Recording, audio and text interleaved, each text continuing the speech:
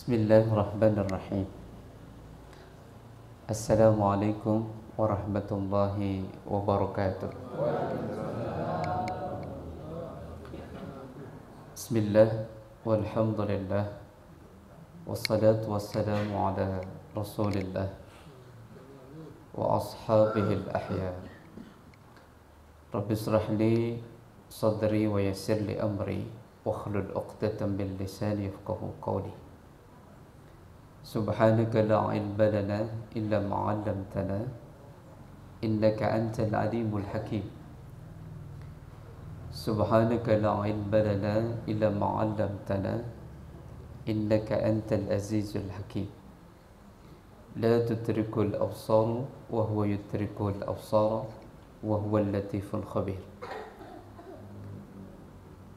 Rabbi adkhilni mudkhala sidqin wa akhrijni mukhraja sidqin waj'alni min ladunka sultanan nasira.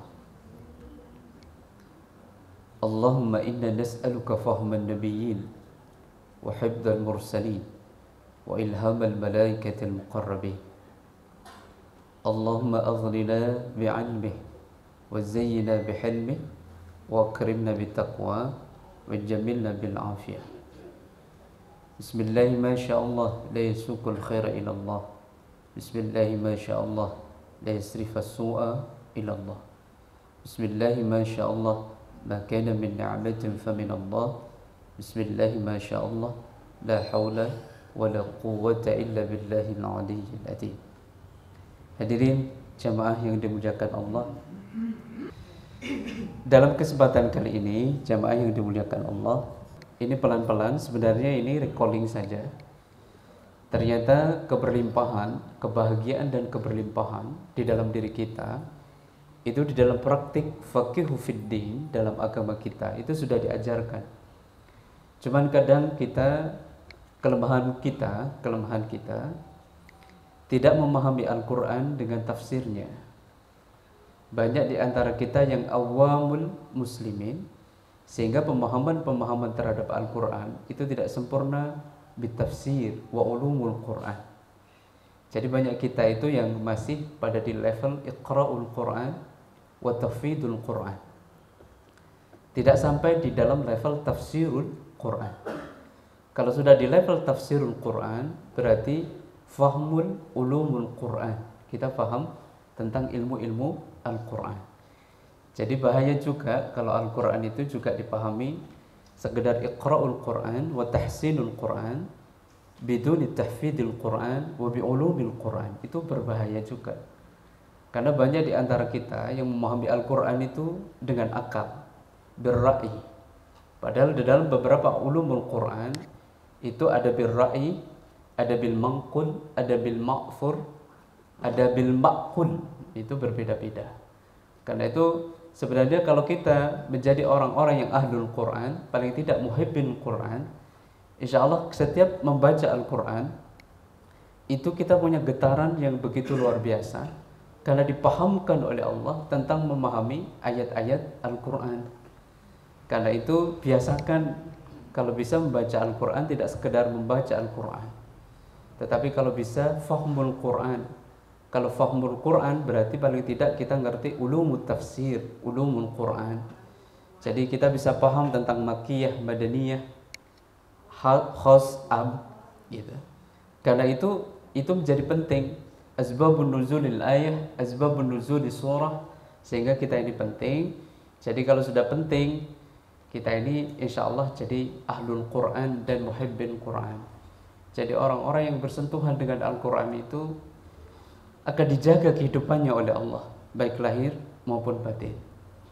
Tidak ada yang hina selama seseorang itu bersentuhan dengan Quran.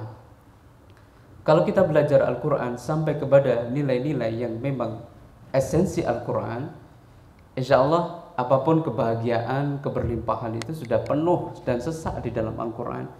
Tinggal kita mau memilih yang mana jalurnya dan jalannya. Karena itu coba kalau kita bermuhasabah, kita pikir ulang itu, ada enggak orang-orang yang hina yang selama bersentuhan dengan Al-Quran meskipun iqra'ul Quran? Tidak ada. Kenapa? Ya, kita itu menjadi khairul ummah, sebagus-bagus umat dibanding dengan umat-umat Nabi terdahulu, karena kita punya mukjizat Al-Quran. Kenapa Nabi kita disebut sebagai khairul anbiya wal mursalin? Kenapa? Karena beliau mendapatkan mukjizat kitab suci Al-Quran. Kenapa Makkah dan Madinah menjadi kota terbarakah di dunia, menjadi kota yang dimuliakan oleh Allah? Karena ayat-ayat Al-Quran diturunkan di Mekah dan Madinah, sehingga dua kota itu dimuliakan oleh Allah. Kenapa malam Lailatul Qadar menjadi sebagai bentuk malam yang diklaim sebagai malam khairul layali, sebagus-bagus malam dibanding dengan malam-malam yang lainnya? Karena di malam itu diturunkannya Al-Quran. Kenapa malaikat Jibril menjadi khairul malaikah, sebagus-bagus malaikah? Kenapa? Karena beliau yang mengajarkan Al-Quran dan membawa Al-Quran kepada Nabi kita Muhammad SAW. Ada tak? Tidak ada yang hina selama bersentuhan dengan Al-Quran. Innallaha yarfa'u bihadal kitab, innallaha yarfa'u bihadal kitab wa akmamul akharin. Jadi ada orang yang selama bersentuhan dengan Al-Quran itu akan diangkat derajatnya setinggi-tingginya oleh Allah, dan orang-orang yang jauh dari Al-Quran akan dihinakan oleh Allah. Karena itu solusinya tidak berlebihan. Taraktu fikum amraini ma in tamassakum bihima lan tadillu abada, kitaballahi wa sunnatir rasul. Jadi itu tidak berlebihan. Kalau pengen sehat lahir batin, bahagia, keberlimpahan, dicukupi oleh Allah, sukses lahir batin. Kadang sukses itu tidak sampai menerembas ke anak cucu kita. Kadang sukses itu di ayahnya, di bundanya, tetapi di anak-anaknya tidak sukses. Berarti keberkahan dari ilmu itu tidak sampai menetes kepada anak cucunya. Ada yang bahnya kiai, ya, terus kemudian ulama-ulama besar, cendekiawan muslim, orang-orang yang tingkat popularitas faqihun fid dinnya luar biasa, belum tentu dari anak dan cucu-cucunya ada yang meneruskan. Kenapa? Karena keberkahan ilmu itu ternyata tetap harus berpegang pada Al-Quran, dan itu harus diniatkan. Itu diniatkan lillahi ta'ala, tidak ada potensinya. Kenapa thalabul ilmi? Kenapa ta'lim? Kenapa harus kuliah? Kenapa harus mondok dan sejenisnya? Itu diniatkan lillahi ta'ala. Insya Allah nanti menetes kepada anak cucu kita. Tetapi kalau diniatkan buat apa kuliah itu? Agar pekerjaannya enak. Kenapa kuliah di situ? Biar nanti profesinya menarik, gajinya besar. Suatu saat itu akan terputus nilai-nilai kebaikannya dan tidak sampai kepada menetes kepada anak cucunya. Karena itu keberkahan di dalam Islam itu menjadi jelas. Ya, saya kira hadirin yang dimuliakan Allah, itu sebagai pendahuluan. Jadi sebenarnya ini adalah recalling saja, kita mengingatkan kembali bahwa di dalam Al-Quran ini kita mau mencari apa. Itu semuanya sudah ada Al-Quran itu. Wa nunazzilu minal Qur'an ma huwa shifa wa rahmatul lil mu'minin wa la yazidut dhalimina illa khusara. Al-Quran itu ada semua dalam Al-Quran. Jadi butuh sehat cukup di dalam Al-Quran, butuh bahagia cukup di dalam Al-Quran, butuh keberlimpahan di dalam kehidupannya cukup di dalam Al-Quran. Keberlimpahan, kebahagiaan dan sejenisnya itu adalah mabrur, dikasih oleh Allah keberkahannya. Kalau keberkahannya dikasih, insya Allah bisa kita nikmati baik lahir maupun batin. Wa ma khalaqtul jinna wal insa illa liya'budun ma uridu minhum birrizqin wa ma uridu ayut'imun innallaha huwar-razzaq dzul qawiyyul matin. Jelas? Ada mbah-mbah kita dulu itu tidak berlebihan. Kenapa mereka bahagia? Karena menikmati hidup itu saat ini. Tidak pernah dia menikmati hidup yang lalu sudahlah berlalu, yang akan datang itu adalah urusan Allah, yang saat ini harus kita nikmati. Karena itu orang-orang tua dulu itu kalau masak ya udah untuk hari ini saja. Beliau tidak pernah berpikir besok makan apa, ya urusan besok. Kita tidak tahu apa yang terjadi besok. Makanya beliau-beliau ini bahagia. Anak-anaknya soleh dan soleha. Terus pikirannya nggak pernah kita temukan penyakit-penyakit berat seperti manusia modern pada saat ini. Manusia modern pada saat ini kayaknya kelihatannya berat.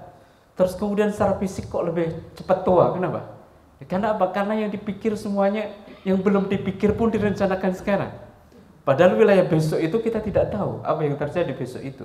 Bukan wilayah kita, itu adalah wilayah Allah. Makanya kita diajarkan seperti itu. Sumeleh saja, kerjakan yang saat ini, nikmati yang pada saat ini, yang kemarin biarkan karena tidak akan mungkin kembali. Yang akan datang itu bukan wilayah kita, wilayah Allah. Segala sesuatunya gaib. Apa yang terjadi setelah ini kita tidak akan pernah terjadi. Apalagi kita rencanakan, yang kita rencanakan dengan detail, dengan manajemen modern, pakai gimana pun bisa meleset kok. Gitu. Karena itu sudah. Ya, mbah-mbah kita dulu mengajarkan kadang itu masak untuk saat ini saja. Kalau kita kan masak sekarang, kalau kita masak itu kan dengan rice cooker. Kalau mbah kita dulu dengan itu ya, dengan coblok atau di tanah itu. Makanya kalau habis masakannya, ya udah masak lagi. Makanya sehat, makanannya selalu fresh. Kalau kita kan enggak, makan berhari-hari ditaruh di kulkas. Makanya banyak manusia modern itu penyakitan. Kenapa? Karena sudah makanannya tidak lagi sehat. Sebenarnya secara medis 1 kali 24 jam ditaruh di kulkas, maksimal 2 kali 24 jam, itu sudah tidak sehat. Ya, tidak akan mungkin sehat, apalagi sebenarnya mohon maaf lahir batin, frozen itu berhari-hari ya, dibekukan, logikanya sehat apa tidak? Makanan yang sehat itu makanan yang tidak lebih dari 24 jam. Kalau ada makanan yang lebih dari 24 jam, pasti ada zat pengawetnya. Ketika dikonsumsi, pasti ada dampak secara fisik, secara medis ke dalam tubuh kita. Karena apa? Karena tubuh kita itu adalah siklusnya, adalah siklus, tabiatnya adalah tabiat yang memang apa adanya, natural, yang dianugerahkan oleh Allah. Jadi sudah, wa ma khalaqtul jinna wal insa illa liya'budun. Ya sudah. Ditanya, "Bah, kenapa harus tidak mempersiapkan masa depan?" Masa depan bukan urusan saya. Masa depan itu adalah urusan Allah. Yang penting saya nikmati. Makanya beliau ini menikmati ibadahnya luar biasa. Wa ma khalaqtul jinna wal insa illa liya'budun. Jadi mereka tidak pernah khawatir apa yang terjadi pada besok. Dan tidak pernah mengkhawatirkan anak cucunya. Kenapa tidak mengkhawatirkan anak cucunya? Ya sudah ada yang ngurus Allah, bukan saya urusan. Yang mengurus anak-anak cucunya bukan saya. Yang mengurus itu adalah Allah. Tidak akan mungkin Allah menghadirkan manusia itu kalau tidak dicukupi baik lahir maupun batin. Sudah dijamin rezekinya. Takdirnya sudah dituliskan oleh Allah, kok repot-repot. Karena itu biasanya para kiai-kiai dulu, ulama-ulama dulu, mbah-mbah kita dulu, para buya-buya kita dulu, ya, itu rata-rata mengajarkan, ya sudah, wa ma khalaqtul jinna wal insa illa liya'budun ma uridu minhum birizqin wa ma uridu ayut'imun innallaha warrazzaqul qawiyyul matin. Sudah, ibadah semaksimal mungkin, mendahulukan Allah, yang lain nanti akan ditata oleh Allah. Kalau kita kan enggak. Kita itu ibadah sisa-sisanya apa yang utama? Jujur. Kita itu ibadah itu adalah sisa-sisa dari capek kita urusan dunia kita. Ya kan? Kalau mbah kita sudah ibadahnya dulu didahulukan, urusan dunia, nanti anak cucunya akan ditata oleh Allah. Kalau kita mau jujur, kita itu beribadah kepada Allah, itu dapat sisa-sisanya saja. Abah saya itu ditanya, pada waktu itu ketika kami semua di bangku kuliah itu ditanya, "Pak, anaknya kok kuliah semua? Padahal bapak itu tidak bekerja. Gimana caranya?" Punya doyol balik, ya, punya doyol. Dikira punya doyol. Jawaban abah saya, kita itu cuma diperintahkan untuk mengabdi kepada Allah dengan sebenar-benarnya mengabdi. Kalau sudah mengabdi akan dijamin lahir batinnya oleh Allah. Kalau kita kan kebalik. 24 jam, coba aja dengan hitung ibadahnya dengan bekerjanya banyak mana? Bekerjanya sisa apa yang utama? Bekerja kita. Kalau orang-orang tua dulu, karena orang tua dulu kelihatannya nggak cerdas, tetapi ilmunya ilmu rasa. Orang sekarang dalil kecerdasannya luar biasa, tapi hatinya bobrok. Orang sekarang. Karena itu orang tua dulu itu betul-betul lahir dari dalam dia. Ketika mengeluarkan sesuatu betul-betul dari batinnya. Tidak ada potensi apapun, pengen dikenal, pengen populer, atau pengen dianggap penting, enggak. Karena beliau merasakan bahwa lillahi ta'ala itu segala sesuatunya insya Allah selamat. Baik lahir maupun batin. Ditanya, kenapa Pak kok anaknya bisa kuliah semua? Sudah. Yang penting saya berdoa kepada Allah, takarrub kepada Allah. Saya minta kepada Allah, ya Allah, Engkau mudahkan rezekinya. Engkau mudahkan sekolahnya, Engkau mudahkan kuliahnya.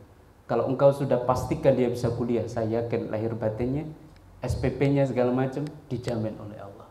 Kita kuat begitu, belajar begitu? Kuat? Orang sekarang abot, Ustaz. Abot. Kenapa abot? Wah, manajemennya ini hitung-hitungannya sekian sudah. Kita misalnya kalau UKT-nya saja sudah sekian juta, Ustaz. Kalau begitu, karena kita ini tidak kuat. Karena kita tidak pernah bertemu dengan orang-orang yang yakin. Belajar dengan orang-orang yang yakin. Kalau belajar dengan orang-orang yang yakin dan kita punya guru yang yakin, sanadnya jelas, insya Allah yang seperti itu tuh gampang. Karena itu ternyata, ya mohon maaf, abah saya itu profesinya tidak jelas.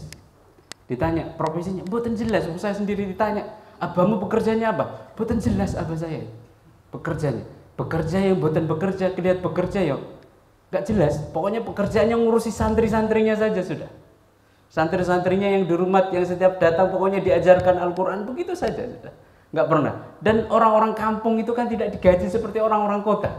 Orang-orang kota, mohon maaf, Madin di kota sekarang, asatid, ustadzat digaji, nggih? Per bulan ada enggak jatah? Dulu nggak ada. Itu pun bayarnya 2,5 sampai 3 kilo, itu pun setahun sekali. Jadi setahun sekali itu dengan zakat itu. Karena amil saja. Karena amil. Itu pun dibagi-bagi lagi pada fakir miskin, sisanya diambil. Tapi karena beliau yakin, wa ma khalaqtul jinna wal insa illa liya'budun. Ma uridu minhum birrizqin wa ma uridu ayyut'imun innallaha warrazzaq dzul qawiyyil matin. Yang ngasih rezeki itu ada Allah, bukan bos kita. Yang menjamin rezeki itu bukan profesi kita. Yang menjamin rezeki itu adalah Allah. Kenapa tidak mendekat kepada zat yang maha segalanya itu? Karena itu orang-orang tua dulu yakin. Nah, sekarang manusia modern itu ilmu yakinnya kurang. Ilmu kemenyeknya yang banyak. Ya, ilmu yakinnya kurang. Ilmu kemenyeknya sok pinter, sok yakin. Padahal yang yakin itu adalah urusan dunia, tetapi tidak urusan lillahi ta'ala. Itu yang pertama ya. Jadi perintah pertama di dalam Al-Quran, kalau ingin bahagia dan berlimpah, ya sudah, mengabdi yang sebenar-benarnya mengabdi. Lakukan perintah Allah sebaik-baiknya, jangan pernah dikurangi dan jangan pernah dilawan. Kita kadang tidak sempurna, sholat kita tidak sempurna. Rata-rata kita sholat apa pura-pura sholat? Jangan-jangan kita ini selama ini pura-pura sholat. Kenapa? Ketika di dalam sholat banyak lupanya. Saya tanya kepada panjenengan yang menguasai bacaan sholat dengan yang tidak menguasai bacaan sholat, banyak yang mana? Panjenengan itu berzikir apa membaca zikir? Berzikir apa membaca zikir? Kayaknya kayak husuk-husuk, kayaknya kelihatannya. Padahal sekedar belum lagi katsirun minan nas yusalli bal qalilun minhum ayuqimuna shalah. Ternyata kita ini pura-pura sholat selama ini. Berapa tahun kita pura-pura sholat? Tidak sholat yang sebenarnya. Kalau sholat yang sebenarnya, liqa'un baina abdi wa rabbi, pengen berlama-lama dalam sholatnya dan betul-betul khusyuk menangis. Ciri-ciri orang yang sholatnya khusyuk paling tidak tenang. Yang kedua adalah tunduk. Yang ketiga adalah tawaddu. Yang keempat adalah idza dzukirallahu wajilat qulubuhum, bergetar hatinya. Sehingga salat innas salata tanha 'anil fahsya'i wal munkar itu betul-betul terpatri di dalam dirinya. Kalau sekarang orang salat tetapi masih korupsi. Salat masih elek ambek tonggo. Salat masih merendahkan orang lain. Salat masih merendahkan orang lain. Salat masih menganggap dirinya mulia, yang lain hina. Berarti belum sholat. Kita sholat apa pura-pura sholat selama ini? Saya tanya kepada panjenengan. Jangan-jangan pura-pura sholat. Kenapa? Kalau sholat yang sebenarnya, yaitu tadi, inna sholata tanha 'anil fahsya wal munkar. Karena sholat kita ini, sebagian para alim mengatakan sholat kita ini sholat raga. Kalau sholat raga, produk akhirnya sehat saja, tetapi batinnya masih kotor. Kenapa? Karena sholatnya masih sholat raga. Kalau sholat raga ya seperti gym, seperti nge-gym, seperti ya SKJ, seperti senam kesegaran jasmani itu. Yang didapat adalah sehatnya saja, tapi yang lain sampai sanubarinya, nilai-nilai yang sebenarnya yang ada di dalam sholat kita tidak dapatkan. Jadi kita jujur, dari nilai ini aja sebenarnya kita masih jauh dari yang diharapkan. Sudah, wa ma khalaqtul jinna illa liya'budun. Kita betul-betul mengabdi kepada Allah, salatnya dijaga, puasanya dijaga, terus amal-amal yang lain yang diwajibkan dijaga. Insya Allah itu sudah lebih dari cukup. Tapi banyak di antara kita ini yang pura-pura menghadap ke kiblat, tapi menghadapnya yang lain. Pura-pura baca Al-Quran, tapi pikirannya kemana-mana. Ingat ini, ingat itu semuanya ketika sholat. Justru tidak ingat Allah. Jadi ingat yang lain. Jadi kita ini banyak pura-pura, itu aja pengen bahagia, itu aja pengen sukses. Semuanya palsu, pengennya sukses. Ya. Pertama itu ya. Jadi sudah, itu adalah perintah yang pertama yang harus kita tanamkan di dalam hati kita. Wa ma khalaqtul jinna wal insa illa liya'budun. Kita dihadirkan oleh Allah di muka bumi ini adalah untuk mengabdi. Yang lain akan dijamin oleh Allah. Bukankah kita sebelum hadir di dunia ini kan sudah diselesaikan oleh Allah. Ya, semua takdir kita sudah ditulis di Lauhil Mahfuz dan itu sudah selesai. Tugas kita adalah mengabdi saja. Ada enggak para alim, para ulama atau para masyayikh atau guru-guru kita, ya, itu yang betul-betul alim, bekerjanya kayaknya nggak bekerja, tapi duitnya lebih banyak yang bekerja sampai berjam-jam ini. Kenapa? Kadang itu setiap yang hadir itu tidak cuma bawa makan, tapi bawa duit juga, bawa amplop datang. Jadi kalau panjenengan akumulasikan 1 bulan itu, wah, jenengan lihat kalau panjenengan ke pondok-pondok pesantren itu, saya lihat itu.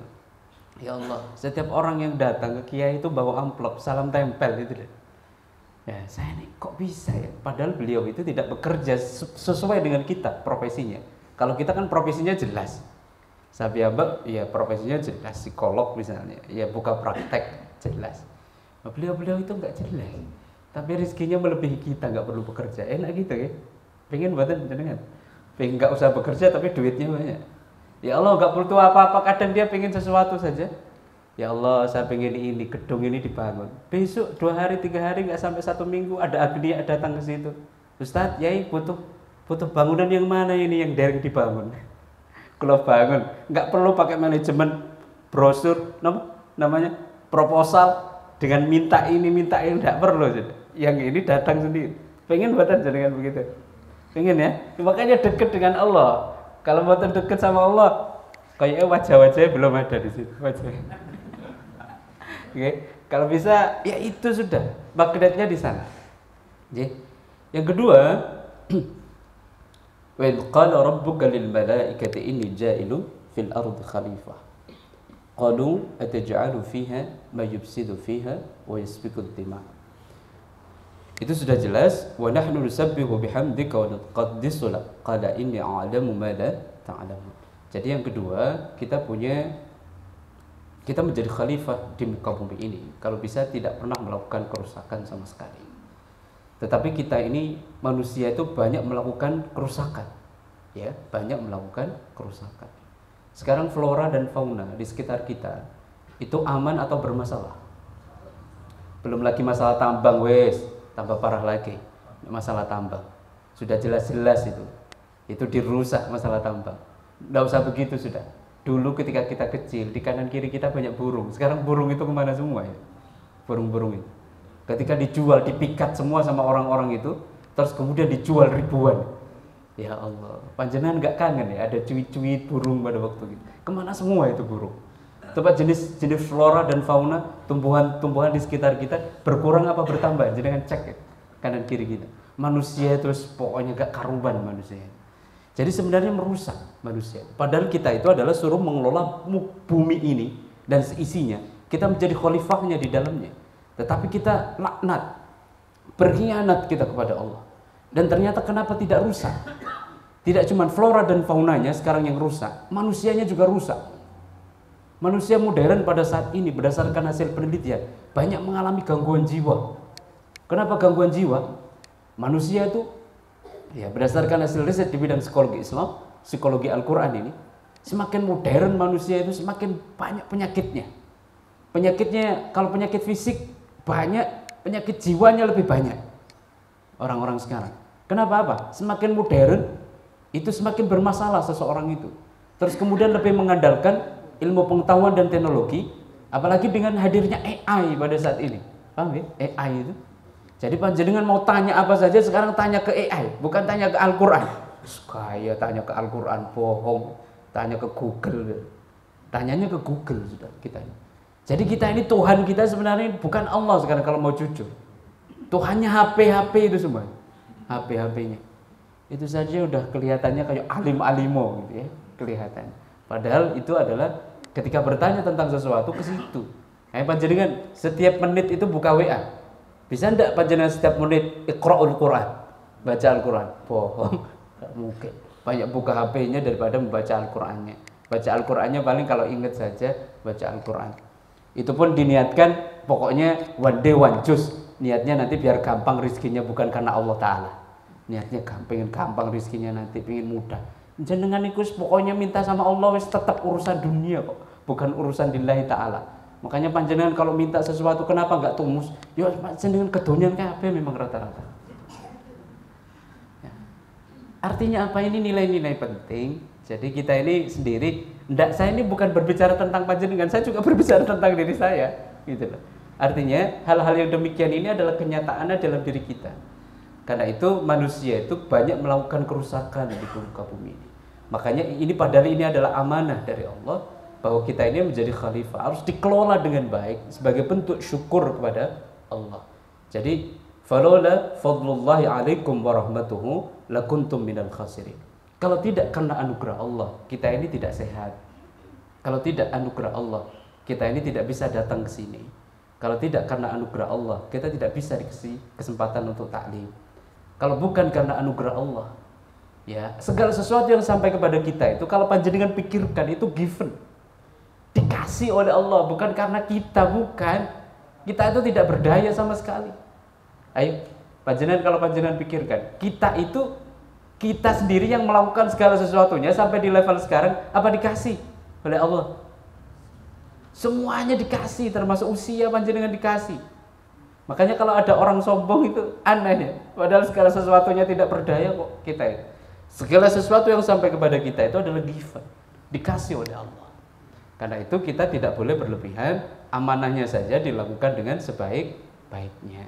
Jadi agama kita mengajarkan khairul umur awsatuha, sebaik-baik perkara itu yang ada di tengah-tengah.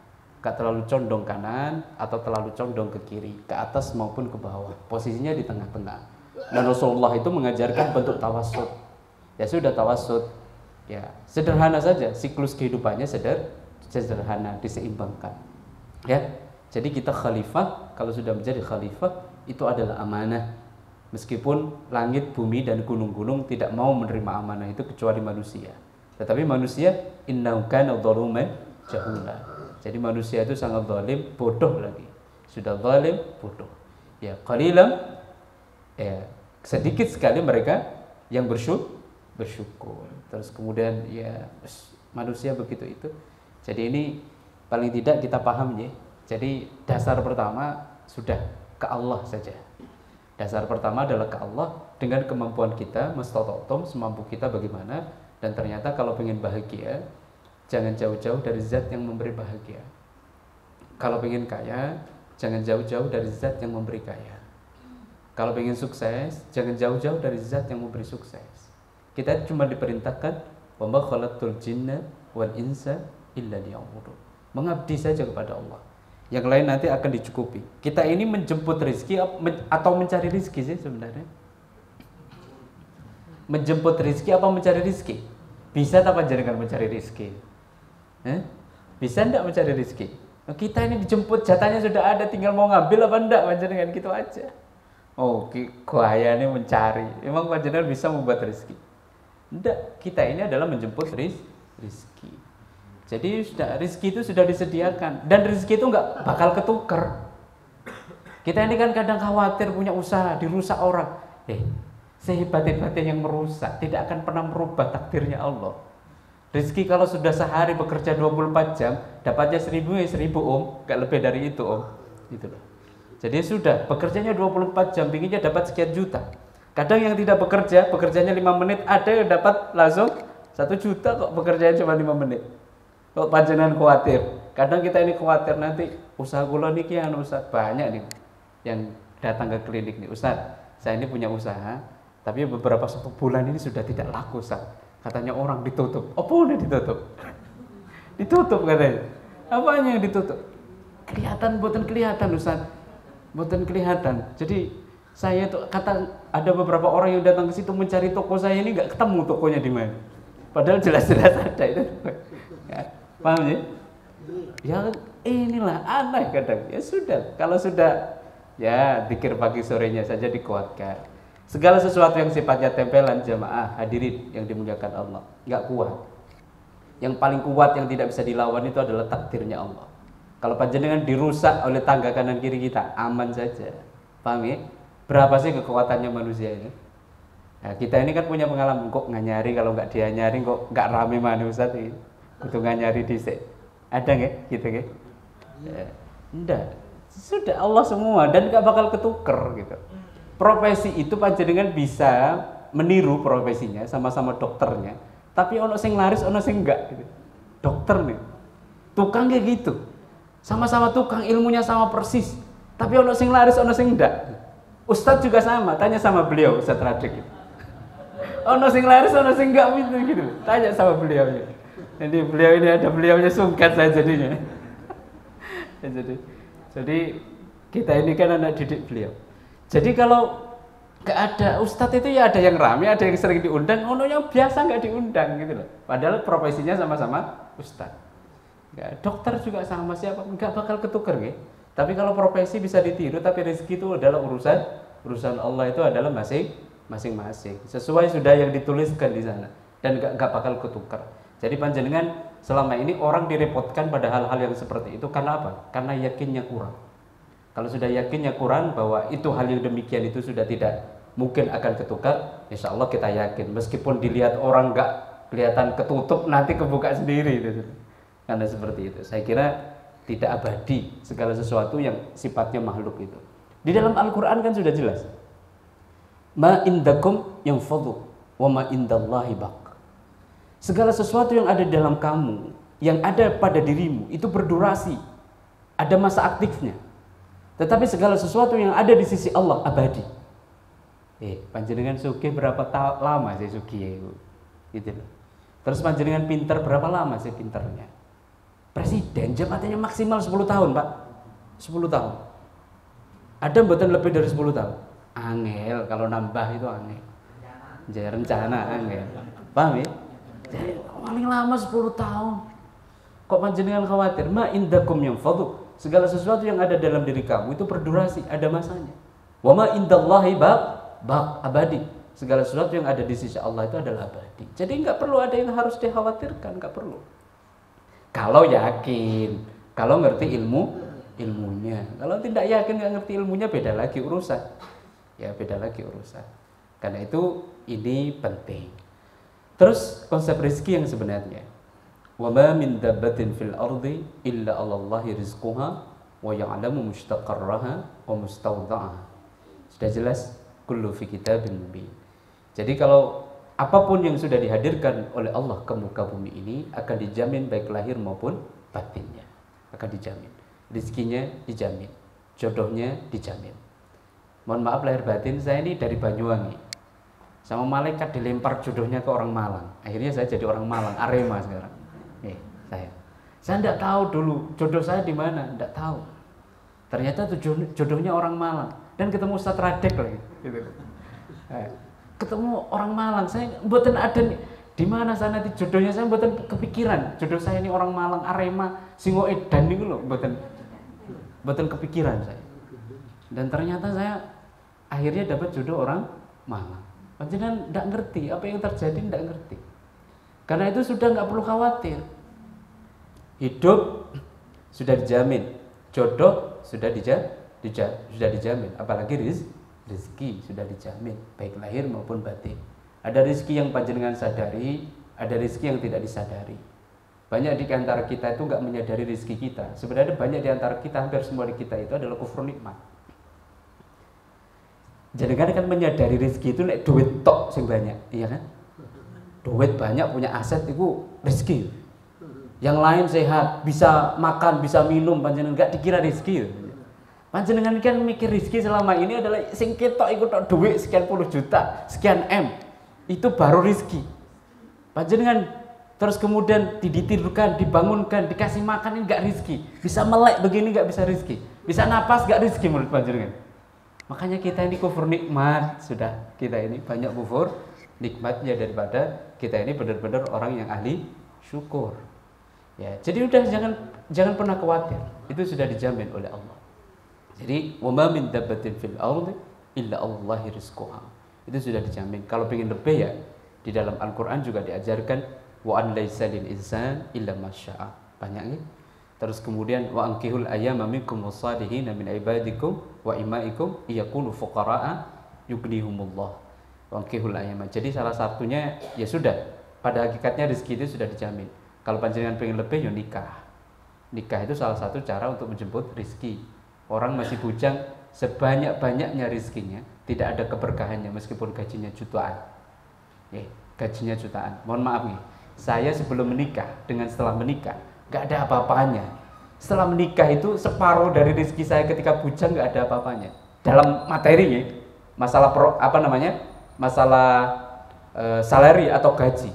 Gaji saya sebelum menikah dengan setelah menikah. Setelah menikah itu nggak ada separuhnya, jamaah yang dimuliakan Allah. Dengan yang saya dapat sebelum menikah, sekian puluh juta. Setelah menikah, padahal tidak ada separuhnya, tapi keberkahannya jadi setelah menikah. Jadi Allah itu tidak pernah berbohong. Dulu, meskipun gajinya segitu, bujang sendirian, itu nggak jadi apa-apa. Nggak jadi apa-apa. Setelah menikah, nggak sampai separuh dari gaji saya ketika masih bujang. Bisa jadi rumah, bisa jadi macam-macam. Ya Allah, makanya Allah itu betul. Jadi yang masih bujang segera menikah kalau begitu, segera menikah. Itu insyaallah Allah. Jadi kalau bisa nambah, kalau bisa nambah, bapak-bapak maunya nambah. Satu aja repot Ustaz, mau nambah. Kalau pengen nambah, sudah. Jodoh menikah itu salah satu cara menjemput rezeki. Di dalam Al-Quran juga disebutkan istighfiru rabbakum innahu kana ghaffara. Memperbanyak beristighfar juga jadi wasilah agar kita dimudahkan rezekinya oleh Allah. Jadi ada banyak rezeki. Ya. Wa may tawakkal 'ala Allah fa huwa hasbuh. Ya, macam-macam. Ya. Ini konsep rezeki. Jadi panjenengan kalau pengen keberlimpahan, prinsip tauhidnya dikuatkan dulu. Kalau tauhidnya belum kuat, panjenengan pengen berlimpah, pengen bahagia, berat. Karena segala sesuatunya datang dari sononya. Bukan kita yang meng-create, bukan. Bukan kita yang mendesain, itu bukan kita. Walladzi ja'ala lakumul dalulan famsu fi manakibiha wa kulu min rizqihi wa ilaihin nusyur. Jadi ya Allah lah yang menjadikan mudah, sehingga Allah yang mengasih rezeki bukan yang lain. Awalam ya'lamu anna Allah yabsutu rizqa liman yasha wa yaqdir inna fi dzalika laayatil liqaumi yu'minun. Ini yang paling penting ini. Ini diriwayatkan oleh At-Tirmidzi di dalam kitab Tuhfatul Afwaj itu juga disebutkan bahwa man kanatil akhirah hammatu ja'alallahu ghinahu fi qalbihi wa jama'alahu samlahu wa atba'ahu dunya wa hiya raghimah. Jadi kalau panjenengan mendahulukan akhirat, dunia itu hina, ikut sama panjenengan. Makanya kenapa para alim, para cendekia mengajarkan kita ke Allah dulu, nanti yang lain akan ikut. Tapi kalau panjenengan dunia dulu, akhiratnya terakhir, hina panjenengan. Tetapi kalau akhiratnya didahulukan, ya, barang siapa yang niatnya adalah untuk menggapai akhirat, maka Allah akan memberikan kecukupan dalam hatinya. Dia akan menyatukan keinginannya yang tercerai-berai, dunia pun akan diperoleh dan tunduk dan hina kepada dia. Jadi nggak perlu digoleki, datang dewe. Makanya panjenengan jangan iri sama orang-orang alim. Jangan iri dengan orang-orang alim. Orang-orang yang dekat kepada Allah itu nggak bekerja, kelihatannya nggak bekerja, bekerjanya ke Allah. Kalau kita kan bekerjanya ke bos kita, ya. Panjenengan kelihatannya lebih loyal ke bosnya daripada ke Allah. Kelihatannya. Panjenengan lebih takut sama atasannya daripada ke Allah kok. Kenyataannya begitu. Kalau panjenengan, ya orang-orang alim, memang Allah itu begini. Faddalallahu alaihim ba'dhum ba'dha. Allah itu akan memberikan kemuliaan antara yang satu dengan yang lain. Ini sudah dalam Al-Qur'an. Faddalallahu alaihim ba'dhum ba'dha. Ada orang-orang itu yang memang diangkat derajatnya oleh Allah, dimuliakan oleh Allah, ditaruh tempat istimewa oleh Allah, sehingga dia itu menjadi contoh, menjadi teladan bagi yang lain. Ya, kenapa misalnya para alim nggak bekerja tapi duitnya banyak, pengen ini kerentak saja kemudian jadi itu yang diinginkan, nggak perlu pakai proposal segala macam, nggak perlu meminta-minta segala macam, yang didatangkan oleh Allah, ya, dengan cara Allah. Ya tiba-tiba datang bangunkan pondoknya, macam-macam lah, bantu ini bantu itu. Kalau kita kan kalau nggak ada proposal nggak jalan, bro. Ya, kalau kita. Tetapi kalau orang-orang alim itu memang diistimewakan oleh Allah. Dan Allah itu tidak cuma orang yang diistimewakan. Ya, orang-orang itu sudah diistimewakan. Buktinya kalau Allah itu mengistimewakan manusia yang satu dengan manusia yang lain, kenapa ada generasi para nabi, para rasul, ya, para sahabat, para tabi'in, salafus saleh, sampai awamul muslimin seperti kita ini kan ada derajatnya itu memang. Jadi ada yang diangkat derajatnya oleh Allah dibanding yang lain. Makanya juga, ya, mohon maaf, ada batu yang lebih mahal dari batu yang lain, ada kan? Nggih? Jadi batu tertentu itu lebih mahal. Akik saja pun, jangan kalau batu akik itu loh. Ada yang lebih mahal, Ustadz, ini ada yang murah, ini ada. Memang ada yang diistimewakan oleh panjenengan. Harus positive thinking, ya. Kok ini kok lebih loh? Memang kenyataannya begitu. Panjenengan ngerti urusan bunga. Bunga sekian bulan, bunga ini harganya mahal. Habis itu berapa bulan lagi sudah murah itu bunga. Kenapa? Faddalallahu ba'dhum 'ala ba'din. Allah itu memang kehendak Allah, memang takdir Allah. Jadi panjenengan jangan iri sama Ustaz Radik. Jangan iri sama pimpinan PCM panjenengan. Beda urusan. Itu sudah levelnya di situ, sudah ditata di situ panjenengan. Jangan iri. Ya, dan itu sudah ketetapan Allah. Kalau panjenengan iri bermasalah, wes. Panjenengan iri sama tetangga panjenengan yang kaya itu, tetangga panjenengan kaya luar biasa. Panjenengan merusak dia, terus disantet lah apa segala macam. Habis no santet sak dunia ini kalau nggak sesuai dengan takdirnya Allah, nggak bisa. Barang siapa yang ridho dengan ketetapan Allah, maka hadiahnya surga. Panjenengan tinggal jalani saja kehidupan ini, nggak perlu neko-neko, dan jangan perlu seperti temannya. Paham ya? Kebahagiaan kita itu berbeda dengan kebahagiaan orang lain. Selama ini kan kebahagiaan kita paksakan seperti kebahagiaan orang lain. Mohon maaf, apakah bahagia itu harus punya mobil mewah? Apakah bahagia itu harus punya istri cantik? Saya tanya, apakah bahagia itu harus lebih dari satu? Iya juga. Apakah bahagia itu harus punya rumah mewah? Jenengan tak bilang. Lihat orang-orang kampung ya. Waktunya ke sawah, waktunya ke pos kampling, waktunya sholat. Makanya kadang-kadang duhur atau asar di kampung itu diakhirkan ya adanya, nunggu para petani. Sesederhana itu bahagia. Wah, ngekek nonton TV, ngekek bareng-bareng di pos kampling. Apalagi musimnya Piala Dunia. Sesederhana itu. Terus kemudian kumpul, waktunya makan, waktunya sesederhana itu bahagia. Panjenengan kan ruwet pikirannya panjenengan ya. Yang ruwet kan gengsinya panjenengan. Hidup itu murah dan mudah. Yang ruwet gengsinya kan? Jenengan pikir, yang ruwet itu nafsunya panjenengan, gengsinya panjenengan, apa kebutuhannya panjenengan? Coba pikir. Panjenengan satu makan itu satu piring, kuat panjenengan 5 piring sekali makan. Murah dan mudah sebenarnya. Yang menjadikan ruwet kan pikiran panjenengan, gengsinya panjenengan itu kan.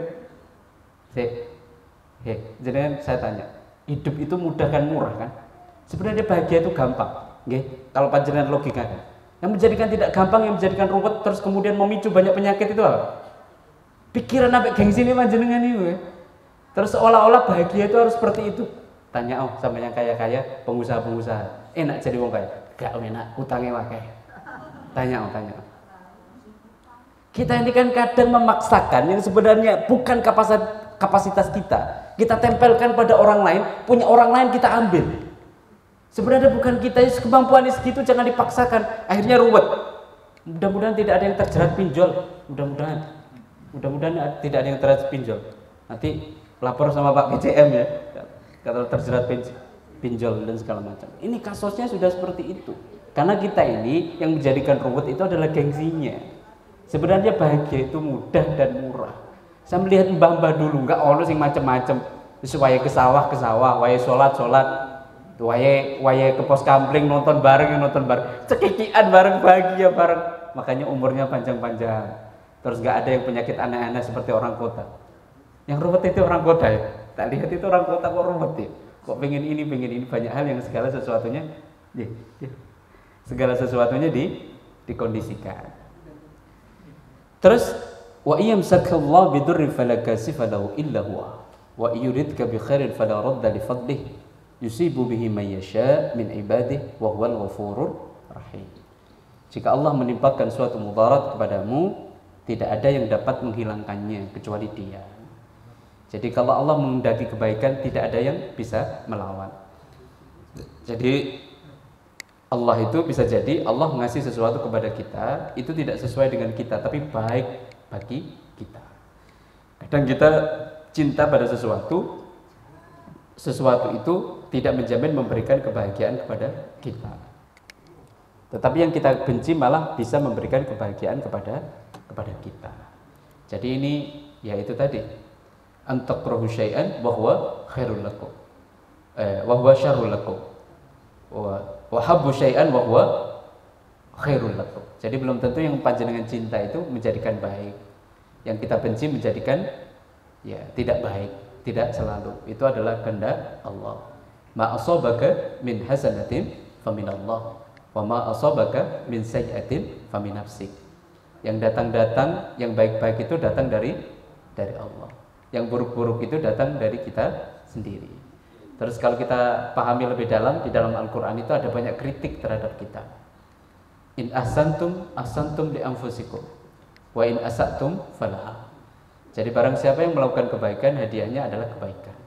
Barang siapa yang melakukan keburukan, ya hadiahnya keburukan. Man amila salihan fali nafsi wa man asaa fa 'alaiha. Barang siapa yang melakukan kebaikan itu untuk dirinya sendiri. Barang siapa yang melakukan keburukan itu untuk dirinya sendiri. Wa may ya'mal su' yujza bihi. Jadi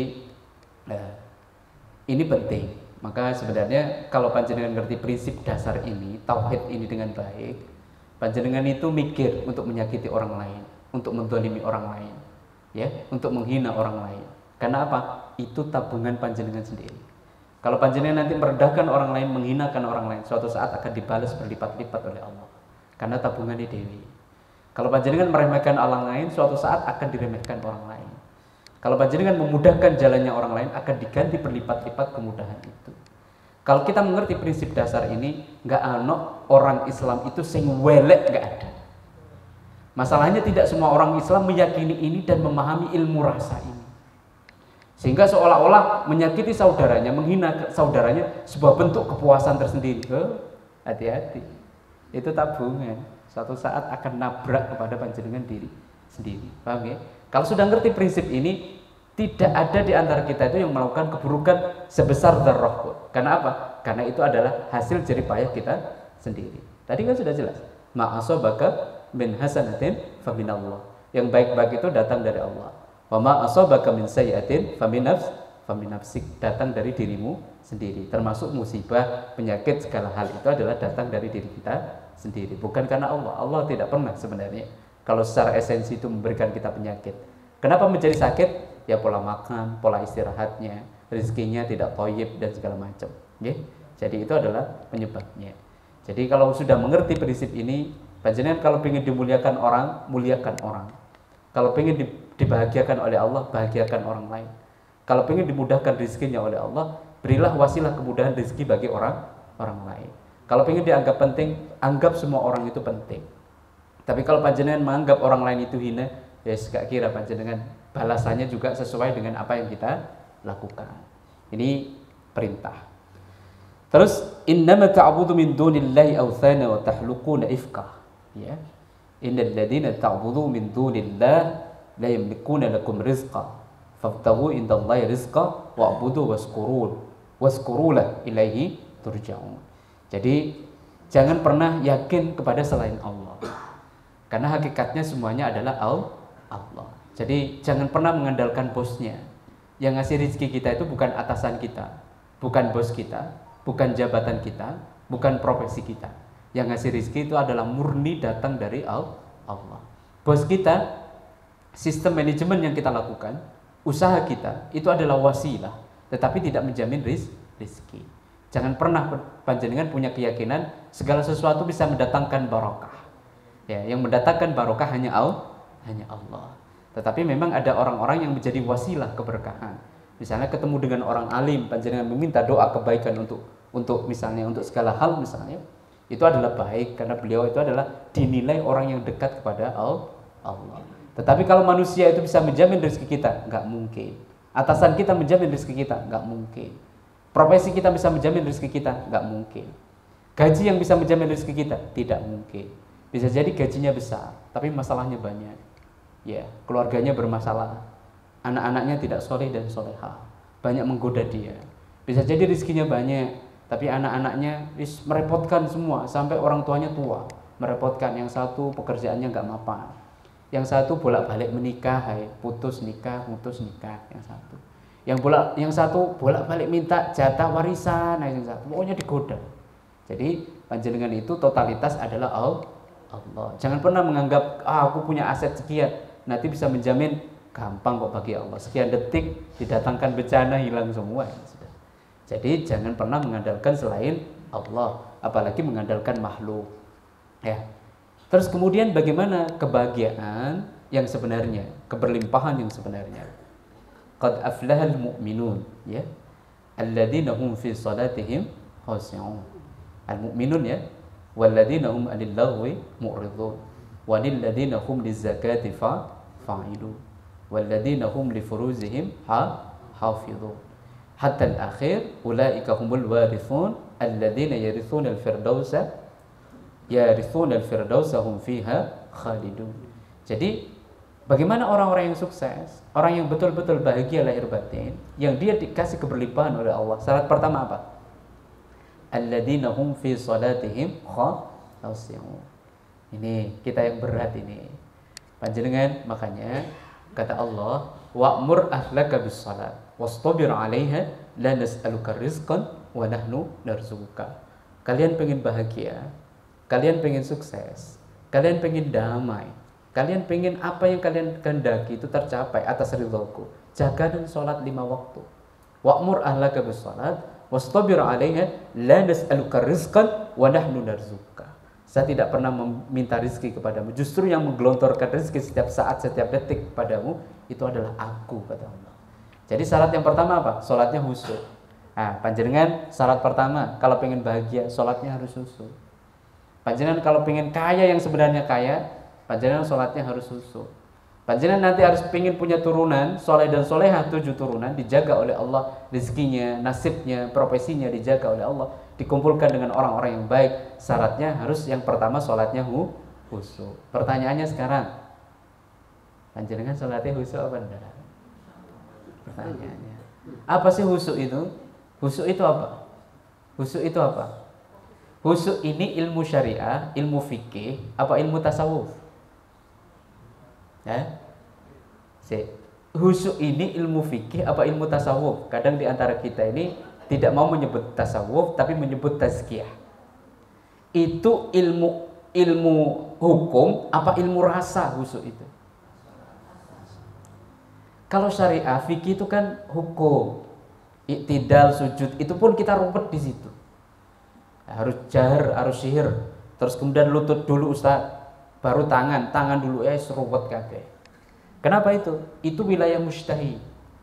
Panjenengan jangan ikut-ikut di wilayah itu. Imam Malik, Imam Hanafi, Imam Syafi'i, Imam Ahmad bin Hanbal berbeda masalah itu biasa saja. Karena semua itu dilakukan oleh Nabi. Termasuk adalah masalah kunut, semuanya dilakukan oleh Nabi. Tinggal kita ini meyakini yang mana, punya selera yang mana. Apa lutut dulu, apa tangan dulu, ya. Harus sedekapnya begini, atau begini di dada. Silakan, terserah. Itu masalah furu'iyah, itu masalah hilafiyah, dan itu masalah istihadiyah. Yang ngomong seperti itu harus fuqaha. Fuqaha siapa? Ahlul fikih. Ahlul fikih tidak cukup, mereka harus mujtahid. Siapa mujtahid? Ya, fuqaha, mufassir, ahli fikih, ahli tafsir, ahli hadis, ahli kalam, ahli balaghah, ahli mantiq, ahli nahwu sharaf, ahli sirah nabawiyah. Panjenengan ahli opo?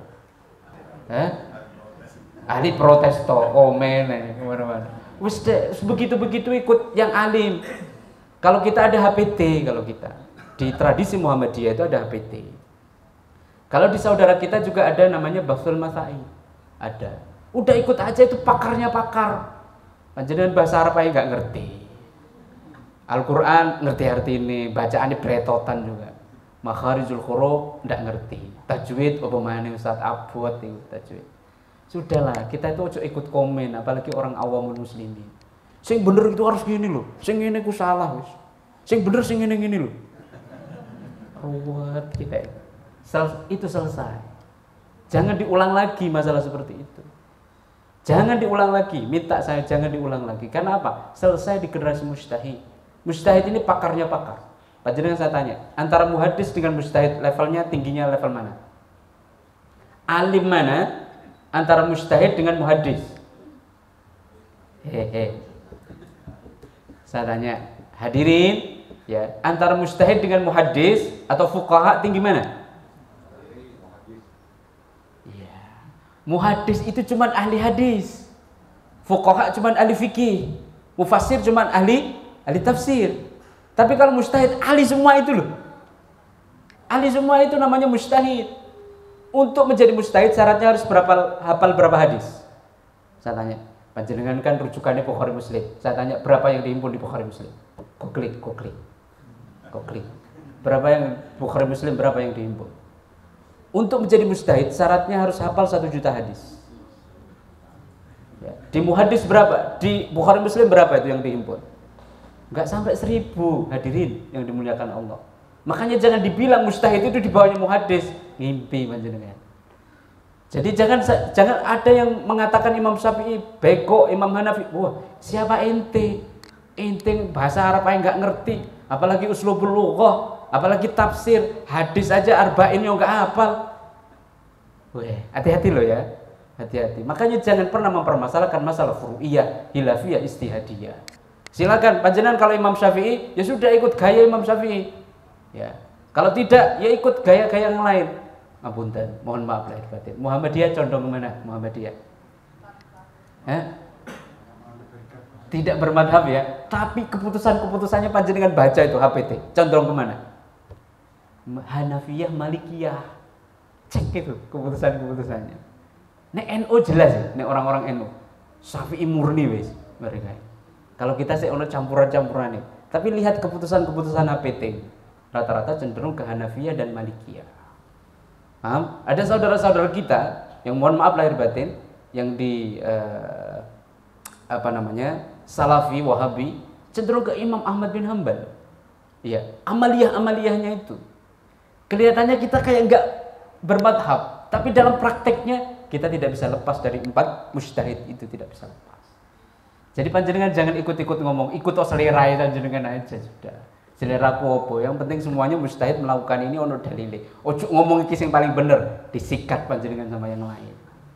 Karena apa? Ilmu panjenengan kalau apa-apa nih. Wes ojo mempermasalahkan itu. Kita kan ruwet setiap tahun masalah itu. Enggak kan? Masalah nanti 8 rakaat yang bener. Yang 20 rakaat enggak bener. Itu bukan sunni itu. Terus saya tanya, yang sunni itu yang gimana sih?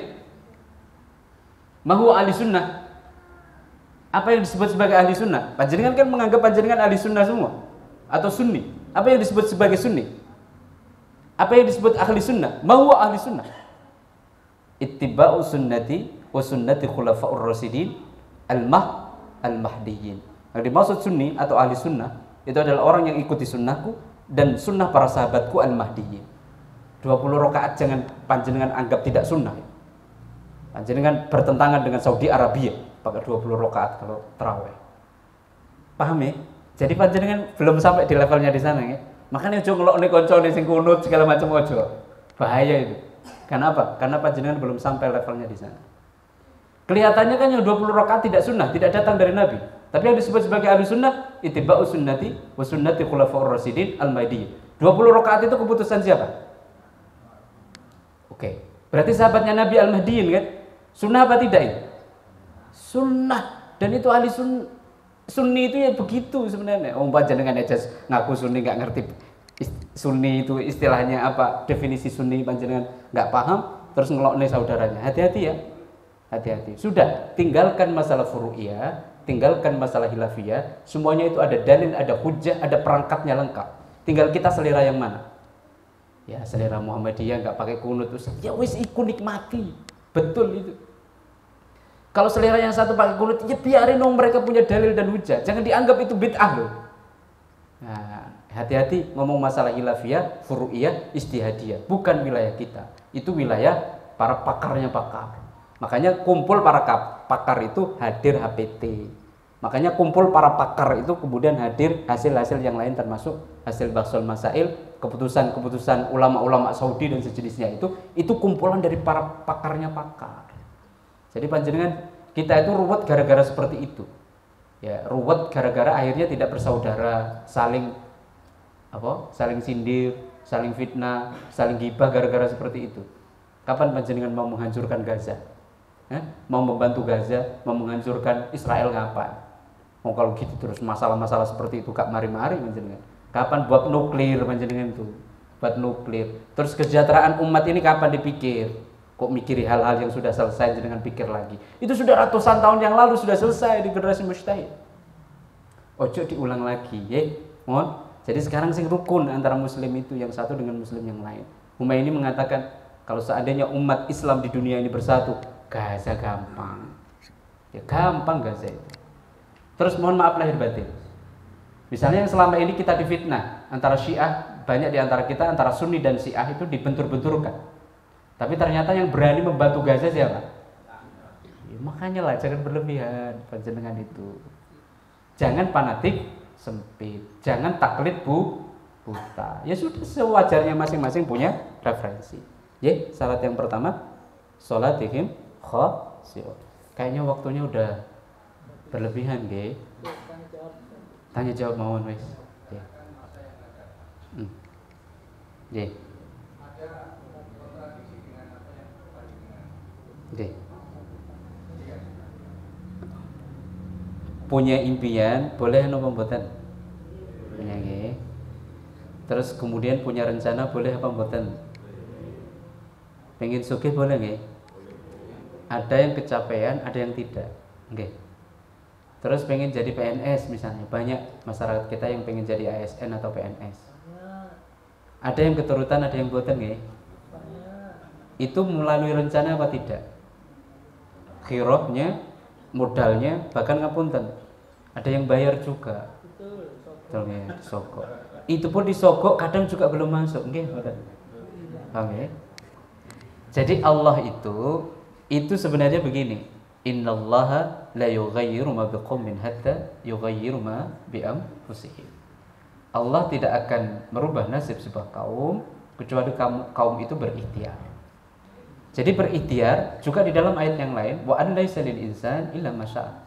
Kalau kalian tidak bersungguh-sungguh, ya tidak akan dapat yang akan kalian lakukan. Manjadda wajada. Siapa yang bersungguh-sungguh pasti dia akan dapat. Belum tentu, kemungkinan itu. Kenapa? Bisa jadi keinginan panjenengan tidak sesuai dengan keinginan Allah. Keinginan panjenengan melawan dengan takdirnya Allah, yang menang yang mana? Takdir apa keinginan panjenengan? Sudah, paham ya? Jadi kita juga dikasih itulah bentuk kebijaksanaan Allah. Silakan punya rencana, punya impian, punya cita-cita, silakan. Tetapi jangan memaksa Allah. Mau ndak Allah itu panjenengan bayar dengan sholat, sholatnya nggak khusyuk?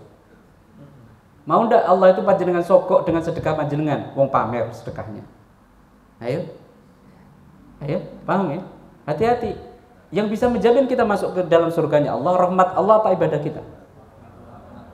Jelas? Makanya jangan mengandalkan ibadah yang koyo ngono diandalno. Rahmat Allah. Bahkan yang kita minta adalah syafaat Nabi Muhammad sallallahu alaihi wasallam. Kita itu terbatas, jemaah. Paham ya?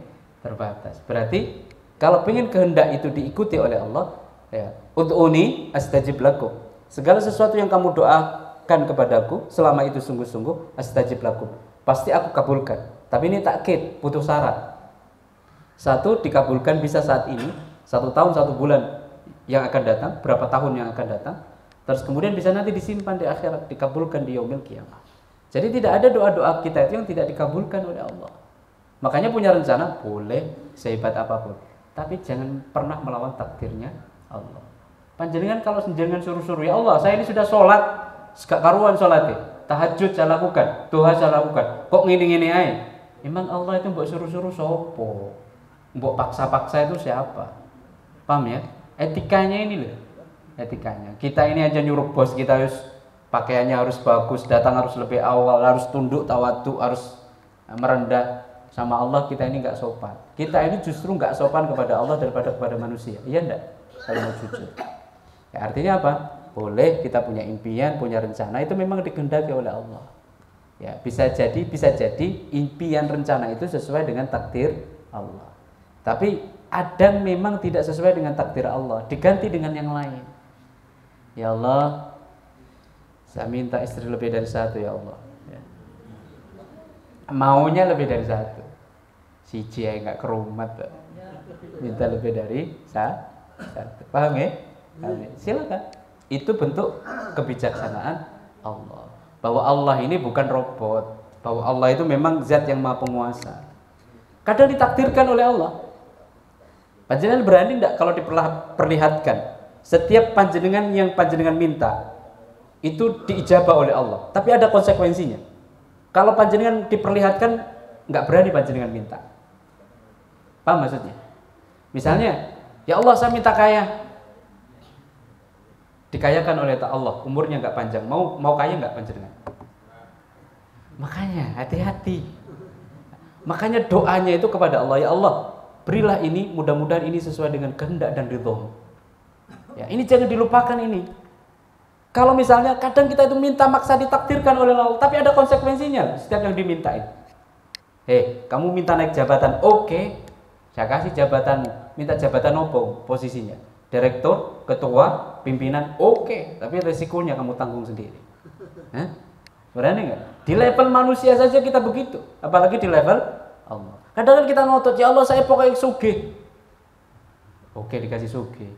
Panjenengan rusak, keluarganya rusak, anak-anaknya rusak, mau panjenengan sugih. Mending sakinah daripada sugih. Panjenengan kalau minta sesuatu yang diperlihatkan oleh Allah konsekuensinya, panjenengan pasti nggak berani meminta. Makanya ya sudah ikut takdirnya Allah itu insya Allah yang enak sudah. Paham ya? Karena itu tadi dalam Al-Quran, ma asabaka min hasanatin famin Allah, wa ma asabaka min sayyi'atin famin nafs. Paham ya? Ndak, biar panjenengan itu punya etika. Kalau Allah itu loh, Rabbul Alamin. Lahu ma fis samawati wa ma fil ard. Ya Hayyu ya Qayyum. Coba. Ya. Badi'us samawati wal ard. Ya, beliau ini zat yang maha segalanya. Enggak boleh kita bayar dengan zakat agar seperti ini kita bayar dengan sedekah. Emang sopo ente nyuruh-nyuruh. Wong dunia dan seisinya ini kekuasaannya ada di Allah. Paham ya? Hati-hati. Kalau panjenengan meminta jangan lupa, ya Allah, mudah-mudahan ini sesuai kehendak dan ridho-Mu. Ya Allah, anugerahkan nasa rezeki yang banyak, yang halal barokah, dan itu sesuai dengan kehendak dan ridho-Mu ya Allah. Enak wis sudah. Kalau sesuai dengan kehendak dan ridho Allah, aman, banyak barokah. Istri lebih dari satu, rukun, barokah juga. Terakhir Pak, Monggo. saya bertanya. Monggo. Karena manusia Muslim, Muslim pada umumnya, kita kan masih hidup di dunia. Jadi ya bekerja, ya beragama, ya hasilnya kita menyerah pada Allah. Singkat dua. Ya betul. Jadi semua itu ya ada doa, ada ikhtiar, ada doa. Tapi ada satu lagi, tawakalnya jangan dilupakan. Karena level tertinggi dari usaha doa itu level tertingginya adalah tawakal. Dan Allah menjamin orang-orang yang bertawakal. Wa may yatawakkal 'alallah fahuwa hasbuh. Yang barang siapa yang bersandar totalitas kepada Allah maka akan dicukupi oleh Allah. Kita punya level yang berbeda. Kalau levelnya alim, levelnya orang-orang alim tawakal rata-rata beliau. Kenapa? Karena beliau sadar totalitas kehidupannya itu adalah berdasarkan rencana Allah. Kalau kita orang awam itu kan banyak maunya. Bawa maunya tapi modalnya nggak punya. Banyak maunya tapi modalnya nggak punya. Karena itu apa? Ya levelnya begitu. Ya berusaha, berdoa, tawakal. Jadi itu adalah keumuman manusia. Jadi jangan lupa Totalitas apapun yang kita lakukan endingnya adalah Allah. Kenapa? Ma indakum. Ini lagi. Kata Ibnu Qayyim Al-Jauziyah, ya Ibnu Qayyim Al-Jauziyah mengatakan, man ahabba syai'an siwallah adabu bihi. Nah, paham nggih? Man ahabba syai'an siwallah adabu bihi. Barang siapa mencintai sesuatu selain Allah akan disiksa oleh yang dicintai. Panjenengan berlebihan mencintai pasangan, disiksa pasangannya. Panjenengan berlebihan kepada anak-anak panjenengan, diunggul-unggulkan, nanti akan diuji oleh anaknya. Panjenengan mencintai harta, akan diuji oleh hartanya. Paham ya? Kalau Al-Quran, ma indakum yanfadu wa ma indallahi baq. Kata Imam Ibnu Qayyim Al-Jauziyah, ini hampir mirip dengan pendapat Imam Ghazali. Man ahabba syai'an syawallah adahu bihi. Barang siapa yang mencintai selain Allah akan disiksa dengan apa yang dicintai. Panjenengan mencintai jabatan, nanti oke, dikasih oleh Allah. Ya, tunggu ya, nanti ujiannya. Nah, kata Ibnu Qayyim akan disiksa. Karena itu kalau ingin bahagia, cintai Allah, makhluknya juga akan mencintai panjenengan. Kalau cintai Allah, segala keputusannya juga pro sama panjenengan. Paham ya? Jadi Allah dulu baru yang lain. Pun jelas nggih? Mudah-mudahan ada hikmah dan manfaatnya nggih. Kurang lebihnya saya mohon maaf, mudah-mudahan ada hikmah nggih.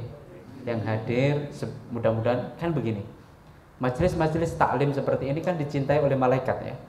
Malaikat hadir di situ. Kalau bisa di situ juga doa, jangan pernah ditinggalkan doa. Ya, doa kita bersama, mudah-mudahan yang hadir sehat walafiat, dikasih kebahagiaan lahir batin, dikasih keberlimpahan lahir batin, dikasih anak-anak yang soleh dan solehah. Apapun yang menjadi hajat panjenengan semua, baik lahir maupun batin, sesuai dengan kehendak Allah dan diridhoi oleh Allah, diijabah oleh Allah. Jadi itu kita berdoa, dicatat, biar dicatat sama malaikat, disampaikan. Ya, karena majelis-majelis taklim seperti ini dicintai malaikat, yang hadir didoakan malaikat. Jangan remehkan loh, majelis-majelis seperti ini. Jangan remehkan majelis-majelis seperti ini kemuliaannya luar biasa. Itu dari saya, insyaallah disambung kapan-kapan. Kurang lebihnya saya mohon maaf. Subhanakallahumma bihamdika asyhadu an la ilaha illa anta astaghfiruka wa atubu ilaik. Subhanakallahumma bihamdika asyhadu an la ilaha illa anta astaghfiruka wa atubu ilaik. Subhanakallahumma bihamdika asyhadu an la ilaha illa anta astaghfiruka wa atubu ilaik. Mohon maaf lahir batin. Akhiru qauli hada. Assalamualaikum warahmatullahi wabarakatuh.